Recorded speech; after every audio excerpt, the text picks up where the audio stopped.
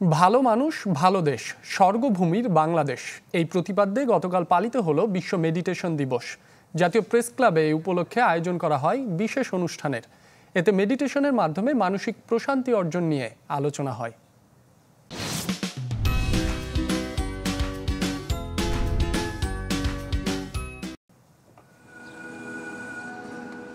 ব্যক্তি চরিত্রে ইতিবাচক সত্তা জাগাতে মানসিক চাপ কমাতে মেডিটেশন করেন অনেকে।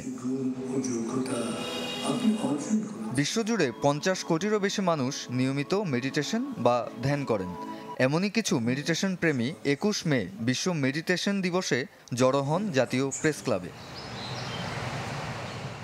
কোয়ান্টাম ফাউন্ডেশনের উদ্যোগে এ আয়োজনে দমচর্চা, প্রত্যয়ন, অনুভূতি আর ধ্যানে লীন হওয়ার পাশাপাশি মেডিটেশন চর্চার গুরুত্ব তুলে ধরা হয়।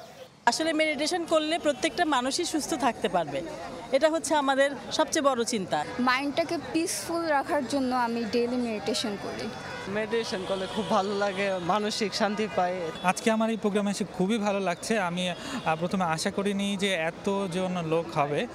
অনুষ্ঠানে কোয়ান্টাম মেথডের প্রবর্তক শহীদ আল বুখারী মহাজাতকের অডিও বাণী প্রচার করা হয়। বিভিন্ন পেশা ও বয়সের মানুষ এই আয়োজনে অংশ হতে পেরে তৃপ্তি প্রকাশ করেন। মেডিটেশন আসলে সবার জন্য প্রয়োজন, কারণ হচ্ছে মেডিটেশন নিজেকে ভালো রাখার জন্য। আমরা বলি না যে ঘর গোছানো, মেডিটেশন আসলে মনকে গুছিয়ে দেয়। ভার্চুয়ালি আমরা যেভাবে এফেক্ট হয়েছি, এটা থেকে বের হতে গেলে মেডিটেশনই একমাত্র উপায়। মেডিটেশন আসলে সারা পৃথিবীতে ছড়িয়ে গিয়েছে এবং এটি ভালো থাকার জন্য, নিজেকে ভালো রাখা, অন্যকে ভালো রাখার জন্য মেডিটেশনের বিকল্প নেই।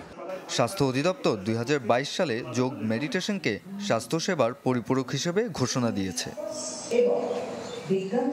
মাকসুদুল হাসান রাফি, চ্যানেল 24, ঢাকা।